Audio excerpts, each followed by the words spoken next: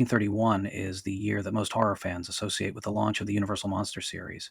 And with the release of Dracula and Frankenstein in February and November, respectively, it's a pretty sound argument, especially if you hinge your argument on the studio name Universal. Both films are Mount Rushmore titles that I cherish, so please understand that I'm in no way trying to dissuade you from seeing Lugosi and Karloff's star-making turns in any kind of lesser light. But it's not even close to true to say that 1931 was the beginning. 18 years earlier, in 1913, Carl Laemmle's film production and distribution company, Independent Moving Pictures, released an adaptation of Robert Louis Stevenson's Dr. Jekyll and Mr. Hyde. Believe it or not, this was the sixth time the novel had been made into a film. The first dates back to 1908 and was produced by Colonel William Selig, a vaudeville performer and early movie maker, who also made the first film adaptation of The Wizard of Oz, that one a few years earlier in 1910. It must have done well for him because he made a second version in 1909, this time titled A Modern Dr. Jekyll. Laemmle would, of course, go on to found Universal Pictures in 1915, initially located in the San Fernando Valley. But back in the IMP days, he ran a much smaller studio operation out of Fort Lee, New Jersey. That's right, friends. The Universal Monsters legacy begins in the Garden State. Deal with it. It makes sense, of course, since the Edison Company was in New Jersey, and that's where all the state-of-the-art film technology was coming out of. The first IMP release was Hiawatha, a 15-minute silent retelling of the Henry Wadsworth Longfellow poem. That was in 1909, just 4 years before Dr. Jekyll. Horror movies were clearly in the DNA of Universal Pictures from the company's inception.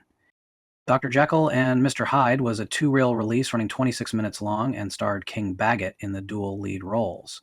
Baggett is considered by many movie historians to be the first movie star, but he was so much more than that. He acted in over 320 movies, wrote 18 of them, and directed 45.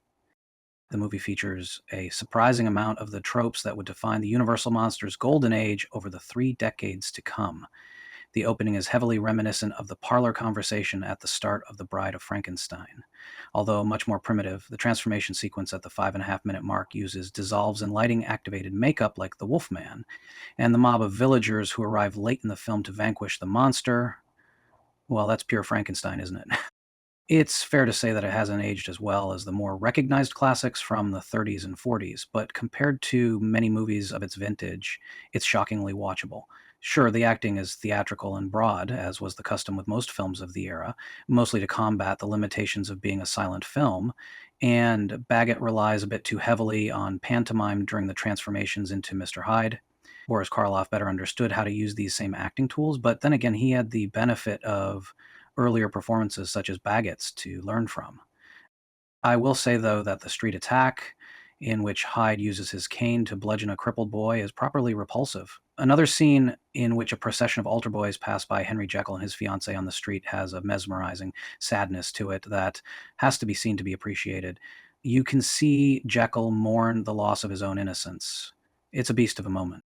You can find the movie on archive.org or YouTube or any number of other places. It's public domain, so your search won't take long. That it still exists is a miracle in itself, so maybe take 26 minutes to appreciate the movie that basically gave us the horror genre on film itself. Not that there weren't earlier horror movies. Le Moire du Diable from 1896 is usually cited as the first, but this is the movie that proved to Laemmle that horror could be profitable. He famously wasn't a fan of the genre, but his son was, and almost 2 decades later, Laemmle Jr.'s interest would give rise to a series of monster movies that changed movie history.